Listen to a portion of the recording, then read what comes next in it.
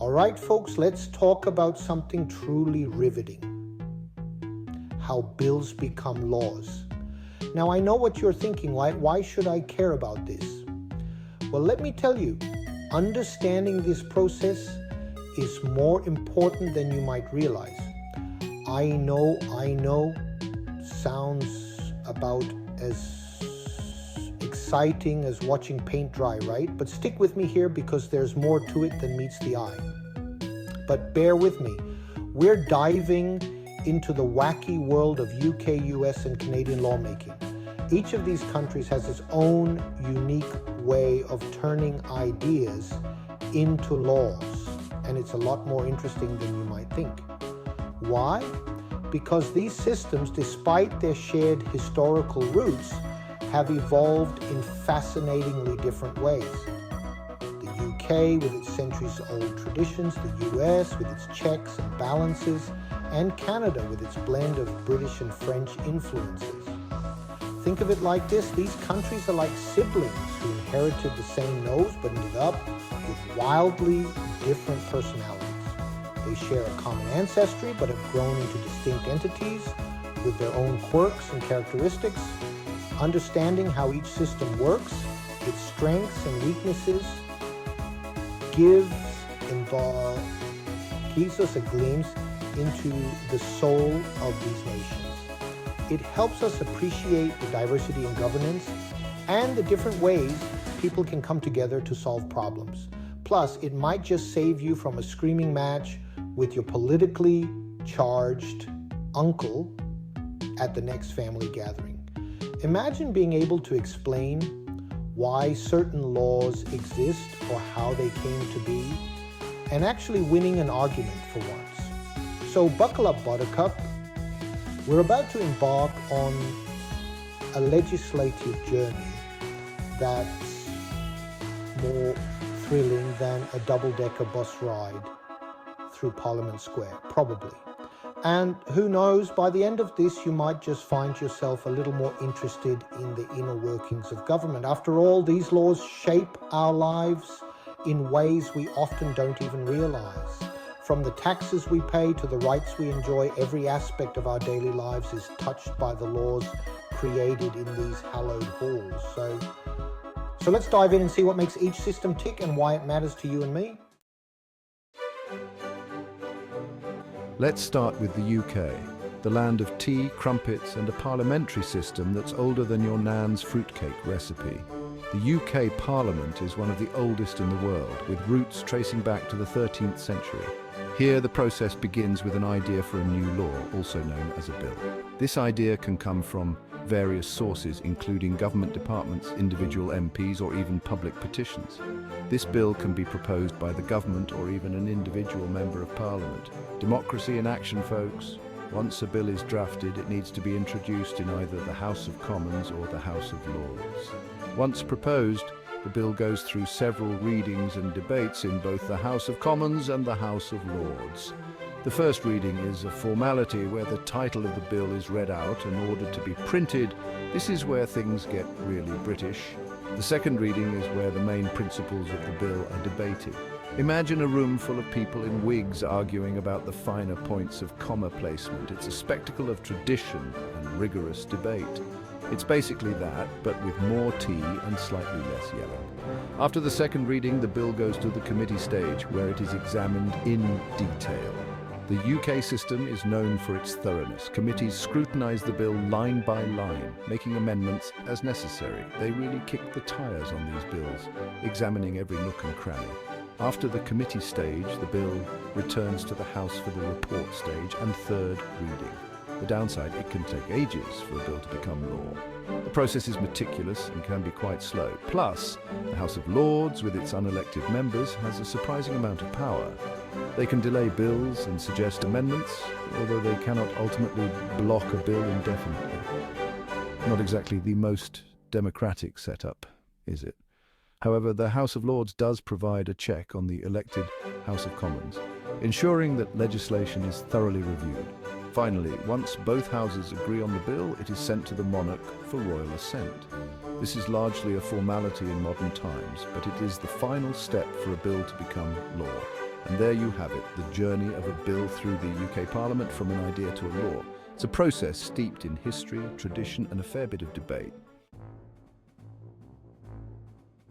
Next up, the good old US of A, where the legislative process makes navigating a corn maze look like a walk in the park. The US legislative system is a complex and intricate web of procedures, rules, and traditions that have evolved over centuries. Here, bills can originate in either the House of Representatives or the Senate. Each chamber has its own unique set of rules and procedures that govern how a bill is introduced, debated, and voted on. Then, the real fun begins. Once a bill is introduced, it must go through a rigorous process of review and revision. This involves multiple stages of discussion, negotiation, and compromise. The bill goes through a series of committees, subcommittees, amendments, and votes in both chambers. Each committee has its own area of expertise and plays a crucial role in shaping the final version of the bill. It's like a legislative obstacle course designed by a caffeinated squirrel. Lawmakers must navigate a maze of procedural hurdles, political maneuvering, and competing interests to get their bill passed. The goal? To get the bill passed in identical form by both the House and the Senate. This requires careful coordination and collaboration between the two chambers. Easy, right? Not so much. The process is often fraught with challenges and setbacks. Lawmakers must contend with partisan divisions, lobbying pressures, and the ever-present threat of a presidential veto. The US system is built on checks and balances, ensuring no one branch has too much power. This principle is embedded in the Constitution and is a cornerstone of American democracy. It also prides itself on transparency, with every step of the process open to public scrutiny. Citizens have the right to observe and participate in the legislative process, ensuring accountability and openness. Sounds great in theory, but in practice it can lead to gridlock, partisan bickering, and bills dying a slow, painful death in committee. Democracy, baby. Despite its flaws, the US legislative process remains a vital and dynamic part of the nation's governance, constantly evolving to meet the needs and challenges of the times.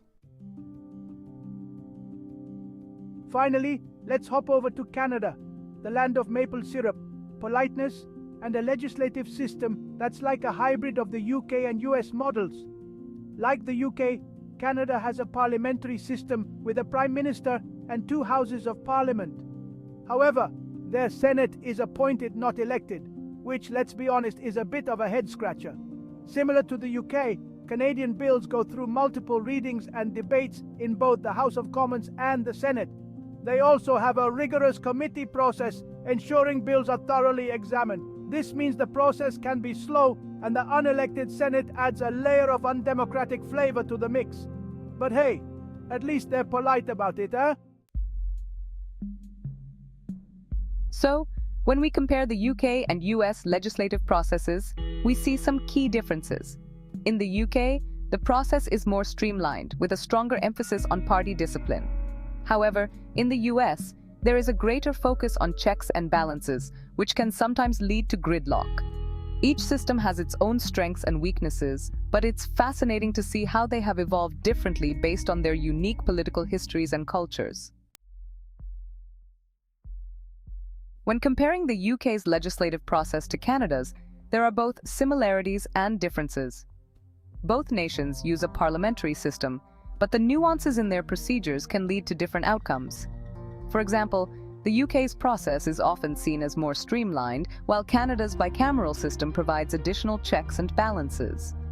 It's fascinating to see how these two systems, though similar in structure, can operate quite differently in practice. As a citizen, I think each system has its own strengths and weaknesses.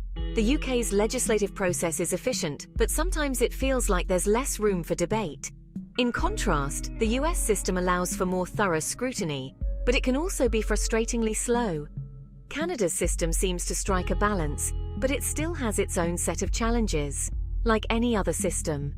Ultimately, it's about finding a process that best serves the people and ensures fair representation. It's a compelling question. Can we combine the best elements of each system to create an ideal legislative process? In theory, yes.